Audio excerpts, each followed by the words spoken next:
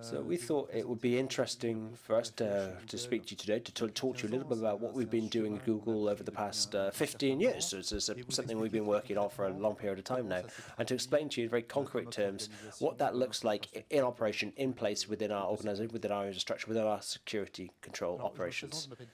My name is Thibault. I work in the internal security teams for Google Cloud. It's what we call the Office of the CISO, Office of the CISO. That's it. We have we're internal working groups focused on internal solutions for our security solutions for our cloud services, and also helping clients when they're shifting to the cloud. Hello, everybody. Can you hear me? My name's Leslie. I also work in the Google Cloud, also for the Office of the CISO. I work mostly with clients. I'm client-focused, client-oriented, working them on transformation from move to cloud, for example.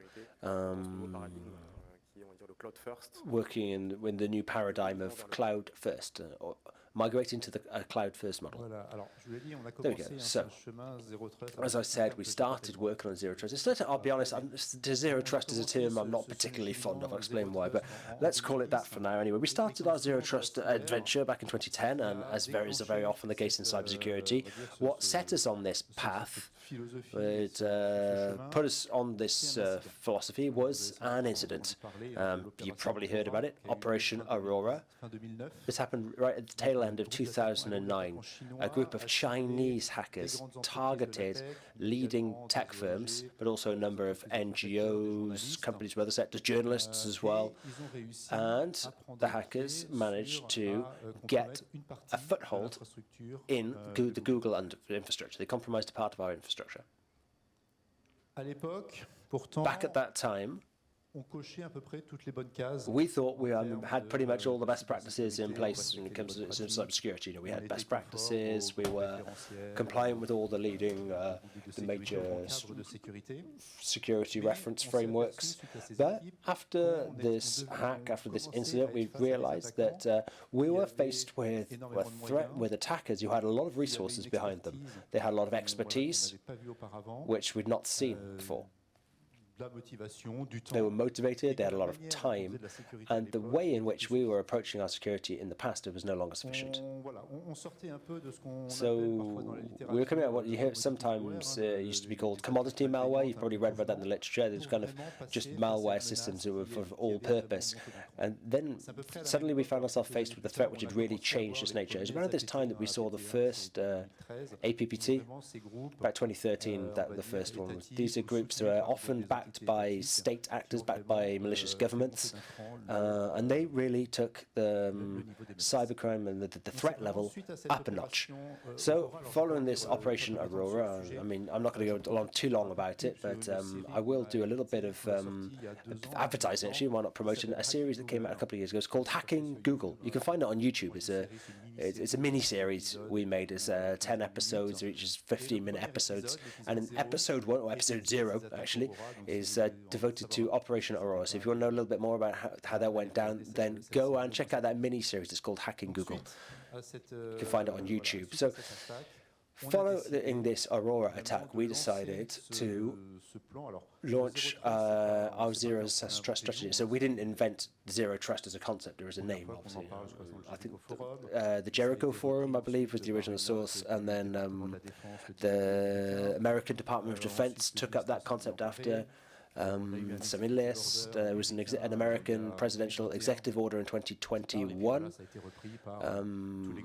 And since then, almost all big agencies and organizations, British Cybersecurity Office, amongst others.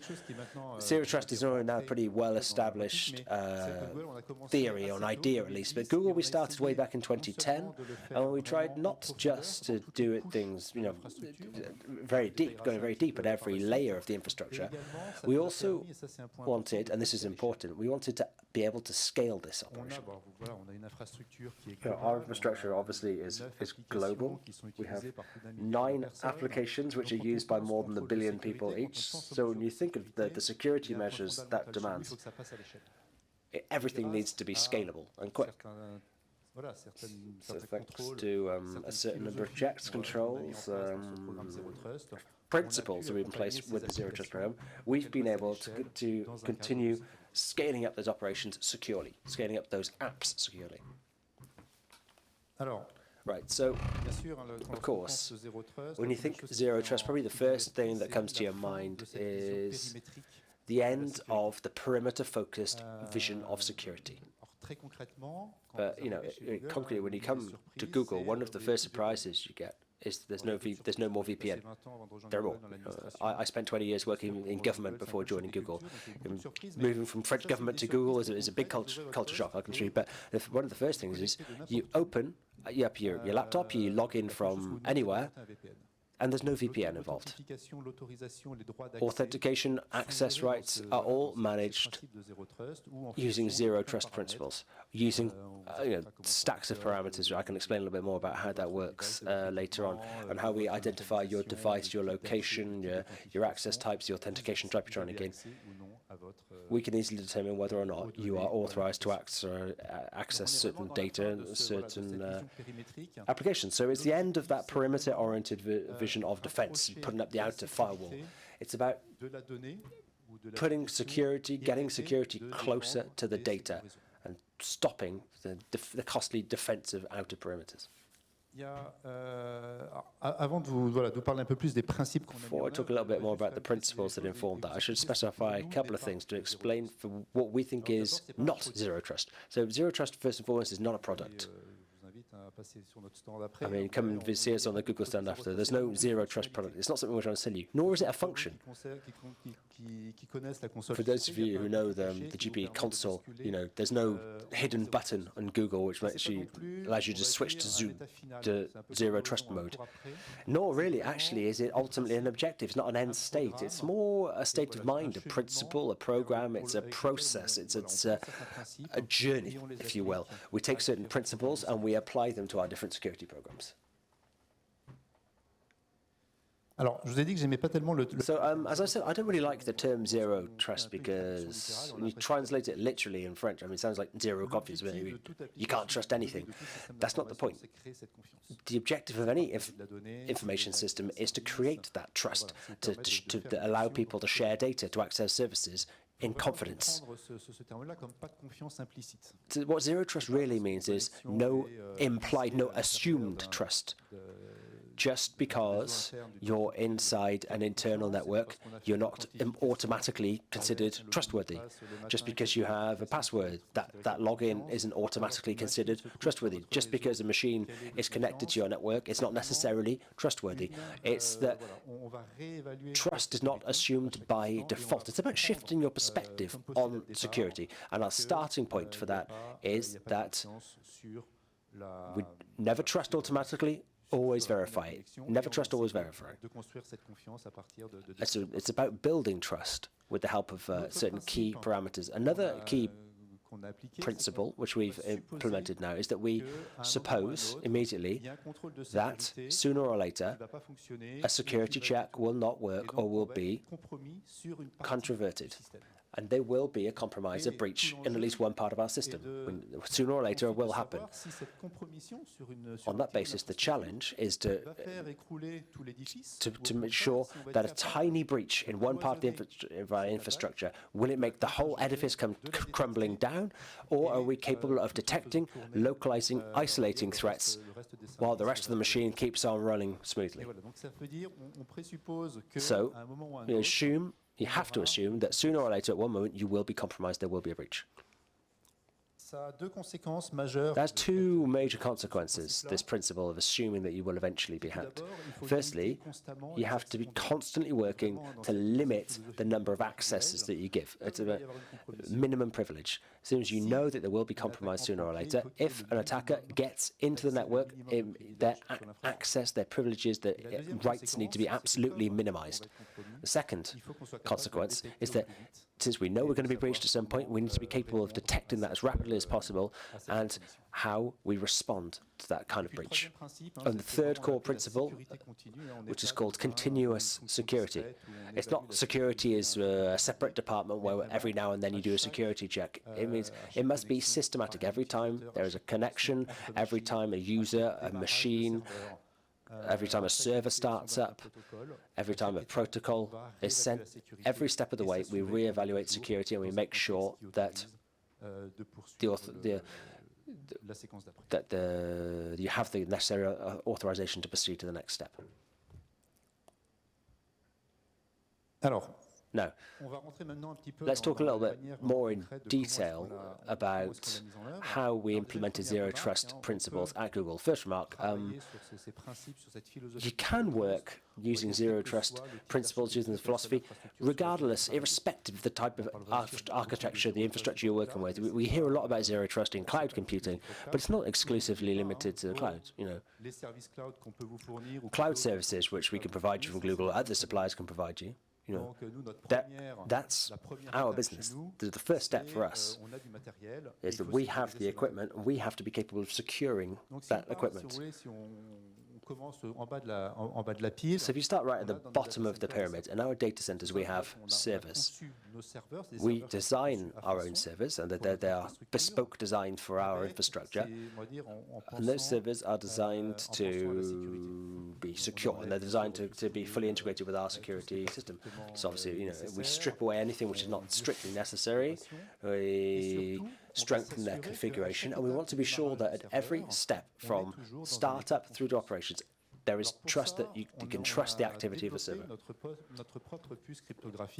We developed our own cryptographic key for that, Titan. You might have heard of the Google crypto key Titan. It's a component which is installed in our servers, in our network infrastructure, and that Titan key guarantees that at every step, when you start up a server, and every step of the boot, every stage is certified, signed off, and we move on to the next step and guarantee at every step that there's not been a breach or a modification or compromise of a microcode or a bit of firmware, whatever it happens to be, of all the different infrastructure. So this Titan chip, we use it within our own infrastructure. It's the same chip. If you've got a Google Pixel on your phone, we have this chip. We've also issued this chip to all of our 180,000 employees, so they can use it for their dual-factor identification, authentication. So it's about protecting our equipment, our hardware, and ensuring that our operating system loads properly, that the application runs properly, and that at no stage, at no step in that process are there modifications of the base code or any infiltrations. If I could add a few words about the Titan chip, there are physical machines in Google which allow them to discuss with others, and they're all encrypted using a key, and that key is included in the Titan chip.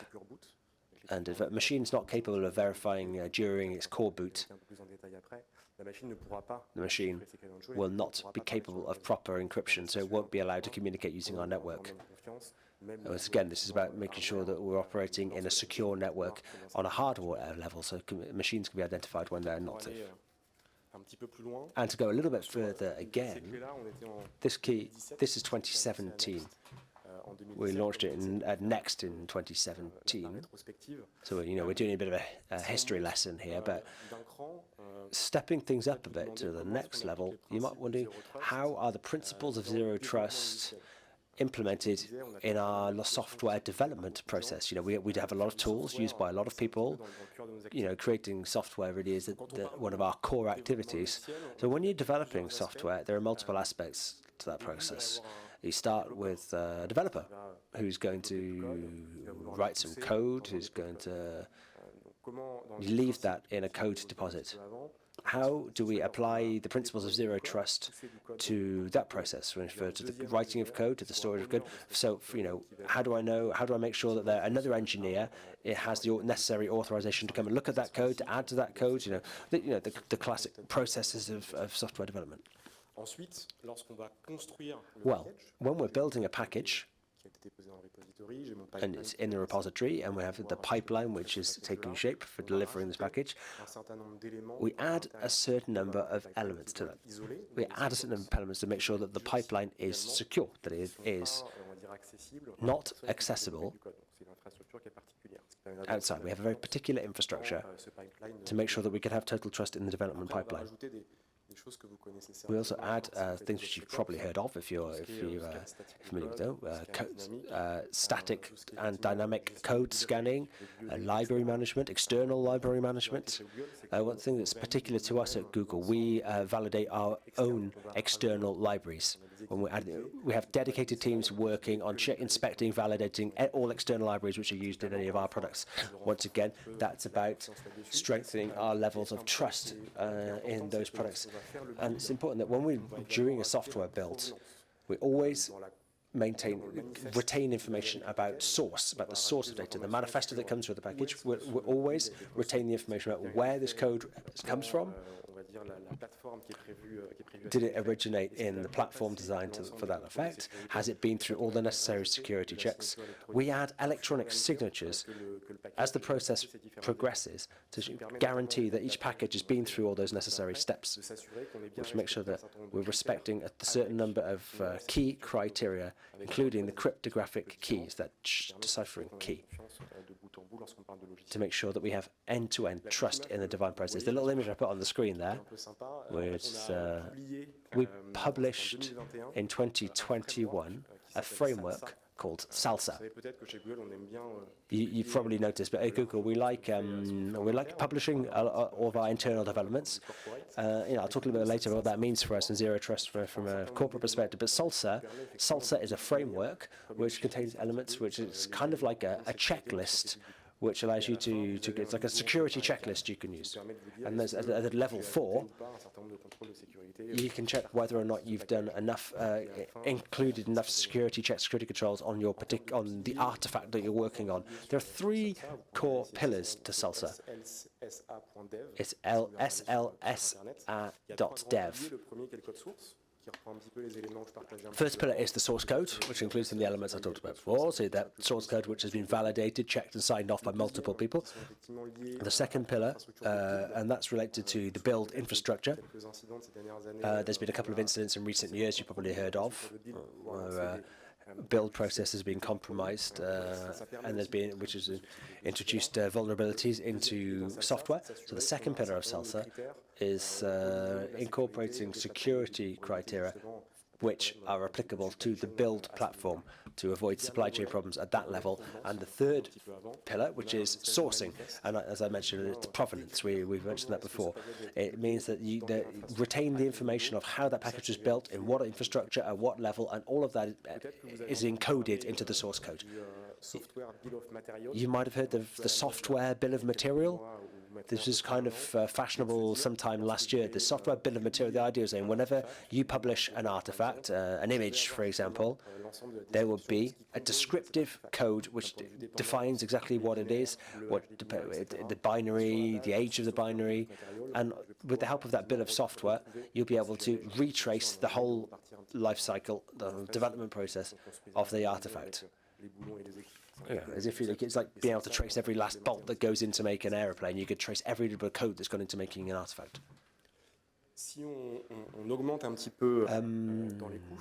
Stepping up a little bit more, going up to the next level, if you will, how do we make sure that the services that we build are legitimate, that they are trustworthy?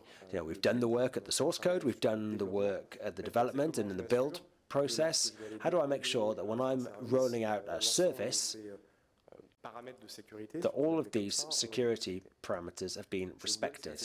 It's fairly simple, the way we do that at Google. I've taken an image which I think this is, I couldn't bring out too many external images, unfortunately, for obvious reasons, but this is called binary authorization for Borg. Borg is our Kubernetes, it's our content orchestrator in-house, and it comes along, Borg, and before an image gets sent to production, check that it has been properly inspected. You can see on the image here that it's gone through, it's ticked all the boxes, build, test, QA, security test, right at the end of the pipeline. It gets validated, signed off, and just at that point, it's being sent to production. Borg steps in to make sure that all the necessary signatures have been validated. Once again, that allows us to make sure, well, it's the way we do things at Google's, on the production side of things, not a single image, not a single service gets out without going through this verification pipeline. because without the signature, it doesn't go out. So that's how we roll out. That's the deployment process. And that needs to be reevaluated, reassessed regularly, multiple times per week, or sometimes multiple times per day, to make sure that security clearance has not been revoked and no signatures have been revoked.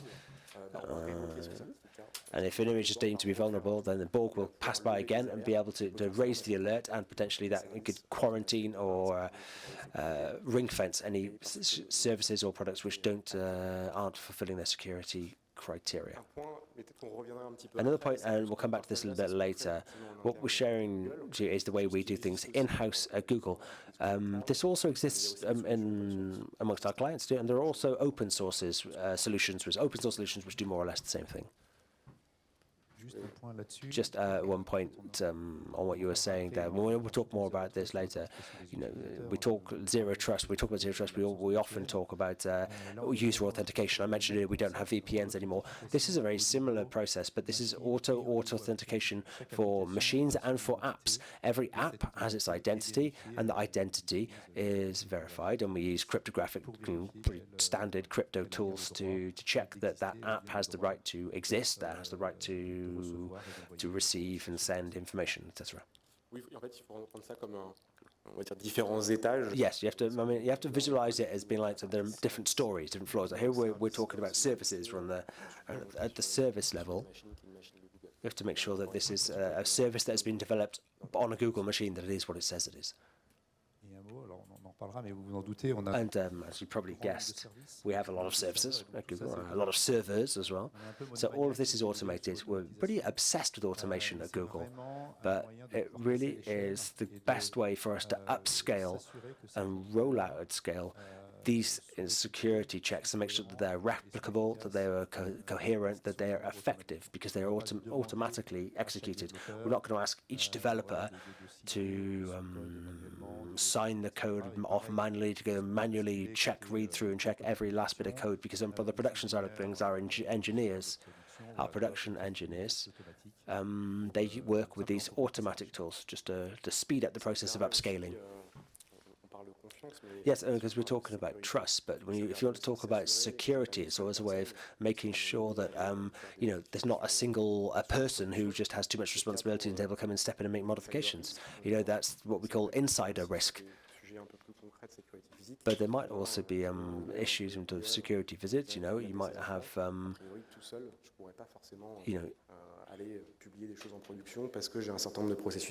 are a certain number of processes which allow you to protect against the risk posed by internal deregulation, and that's important in all organizations. Moving on a little bit, stepping up another level, at Google, we have billions of workloads which go every week. When I'm talking about workload, that means microservices. At Google, we really are very invested in automation. So our microservices, what we call a microservice, is a function or a tiny element, component of a service, of an app, which is what brings us to this vast scale, these billions of operations. Also, from a service perspective, when you need to deploy a service in France, in the US, and whatever country it may be, the stack's always going to be more or less similar. And if you check that you're on a Google verified stack, using the measures we talked about earlier, that allows us to transfer services pretty much anywhere in the world to our different data centers. That's what we call, and I think it's gone pretty mainstream now, it's cloud-native architecture.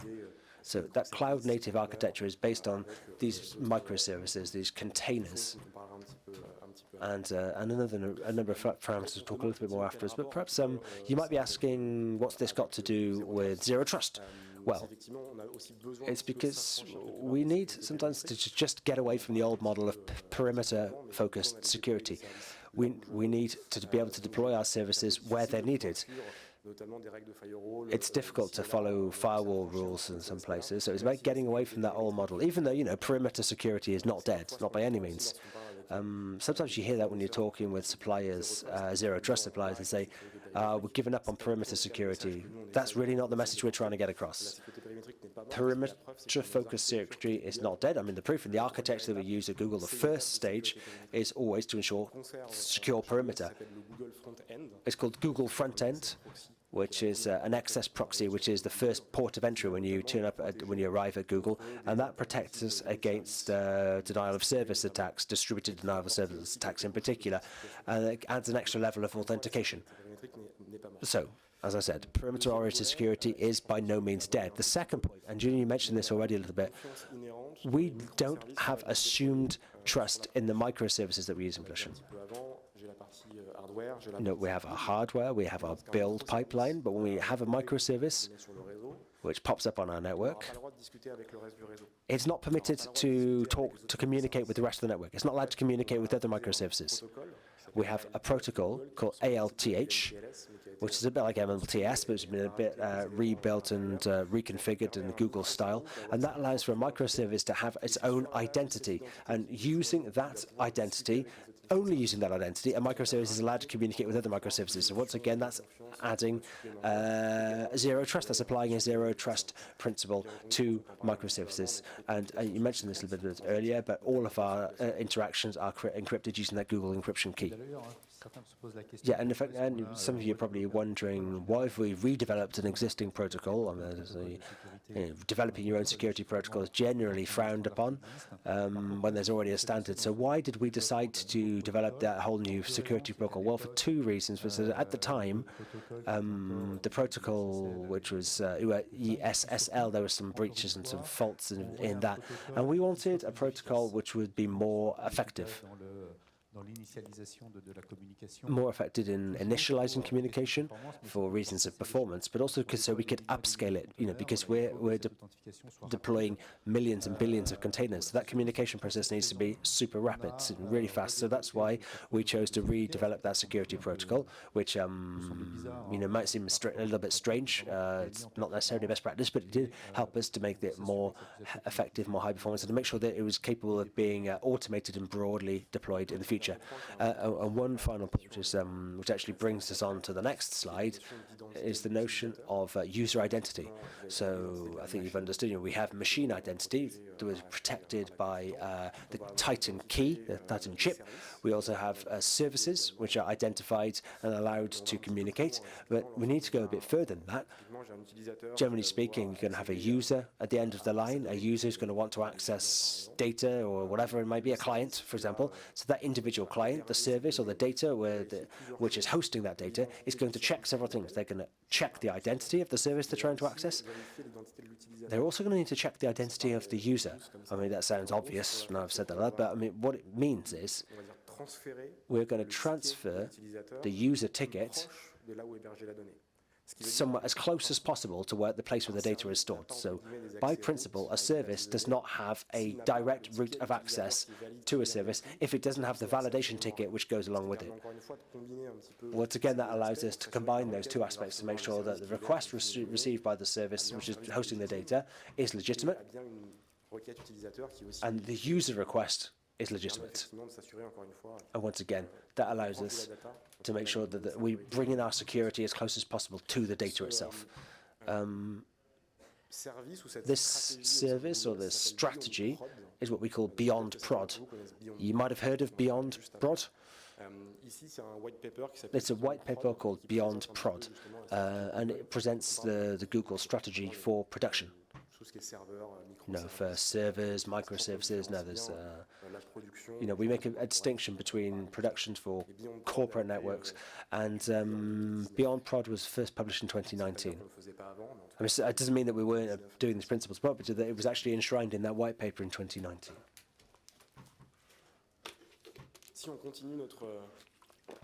Continuing then with our zero trust journey, we started in 2010. We've moved on a bit now. 2014 what you can see here is a diagram of how Beyond Corp functions.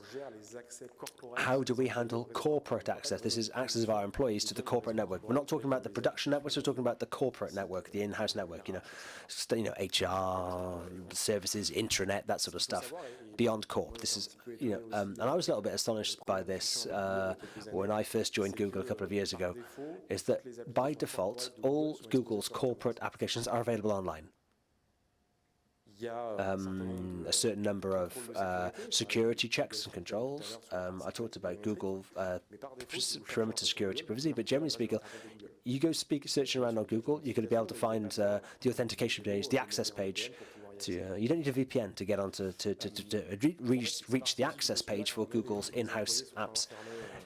And the principle of that is because our employees are not shut up in their offices all day. A lot of them are moving around. Obviously during COVID, everyone's working from home as well.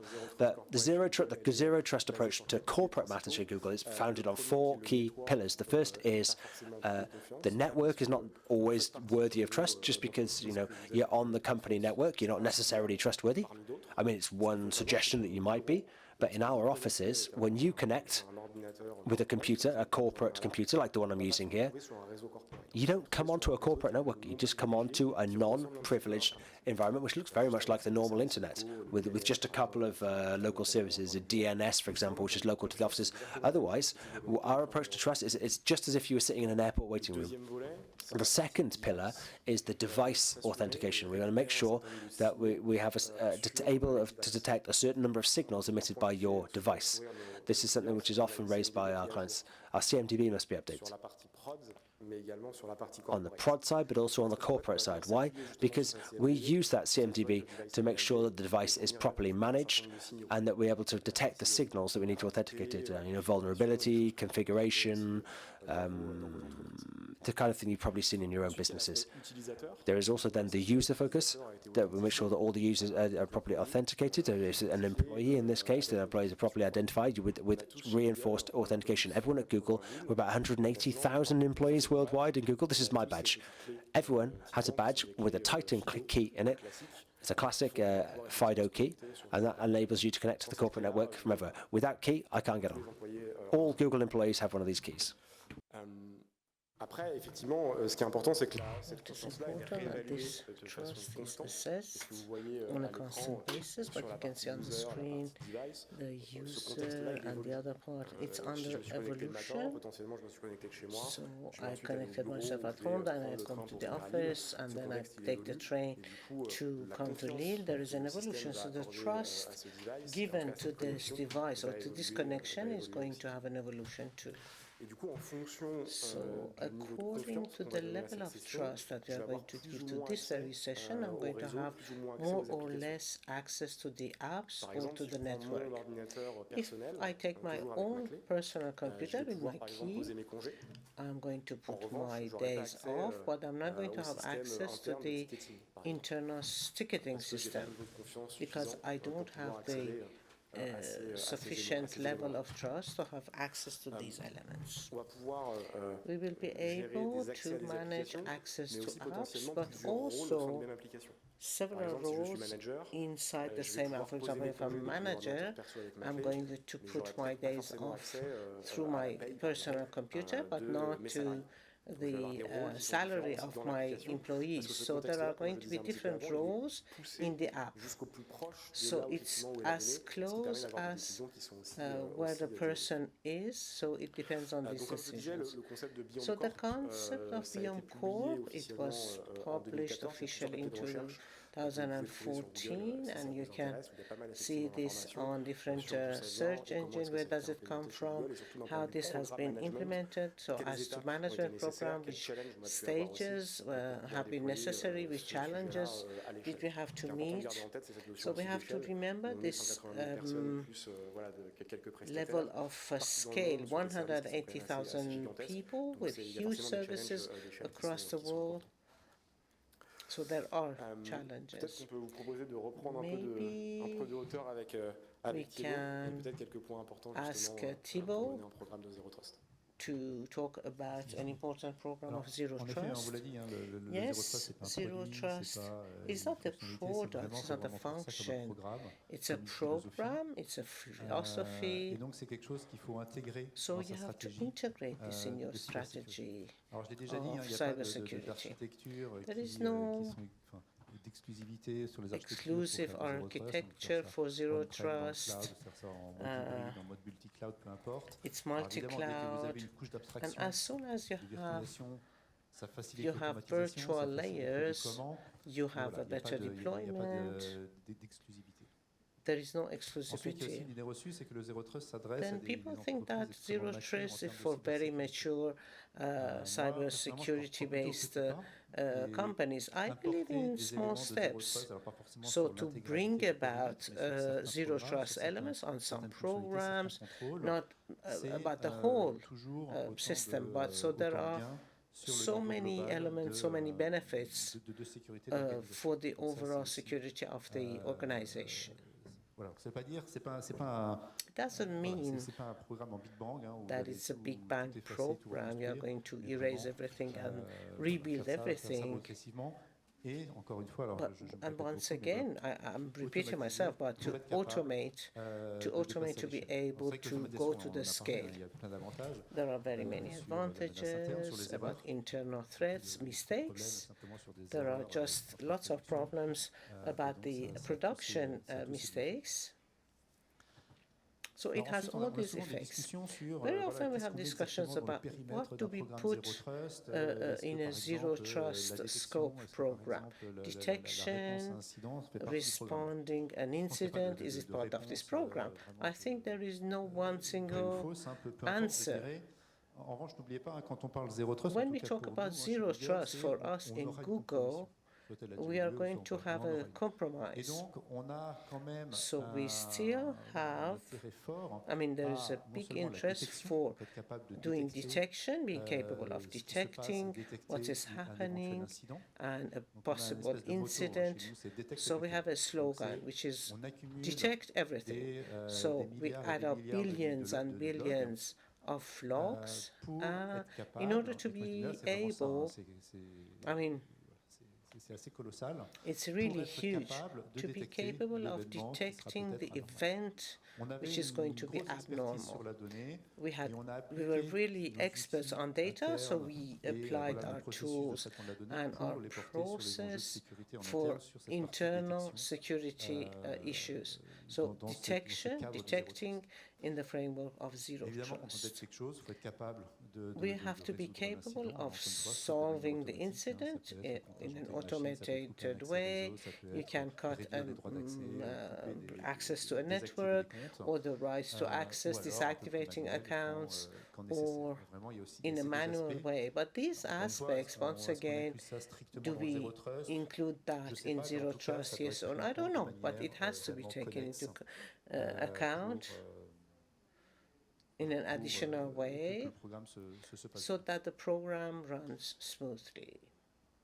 Alors évidemment, je pense que vous ne pensiez pas qu'on allait vous parler pendant 45 minutes You sur weren't- l'IA, donc on va quand Yes, même of course, we are going to un talk petit peu. about artificial Mais, intelligence. Voilà, alors Of course. on a parfois des discussions avec nos clients sur Sometimes we comment have est-ce qu'on discussions with applique our ces customers. principes-là à How do l'IA. we apply these principles to C'est possible aussi. AI? C'est possible aussi. It is Alors, déjà, quand possible. on parle IA, alors When évidemment, we talk about on pense à la AI, sécurité des we modèles, hein, think je vous en about dirai the un mot, mais security of surtout à tout ce qui tourne autour. patterns, but Voilà, which on va everything which utiliser is des données. around it. Donc, We are tous going les- to tous les use principes, data. dont So a évoqué all the Leslie sur la principles sécurité des données, le mentioned chiffrement, by the etc., former on va speaker, les appliquer so aussi the aux données d'entraînement des encrypting, modèles, we are going to use this aux with données the de training validation, models aux of données d'inférence, data etc., and pour other les kinds sécuriser. of data to make them Ensuite, au-dessus de safe. nos modèles, alors, Then on peut avoir beyond des our modèles fondationnels, alors que ce patterns, soit les nôtres ou whether des they modèles tiers, peu are importe, foundation par-dessus, on va patterns poser or une not, application. then we are going to Une put an application, app ou on un agent, this comme on les appelle maintenant, de manière qui sont un peu plus autonomes, peu importe. so that they On va- are on va rajouter une autonomous. couche We are logicielle, going to et là add encore, a il va software falloir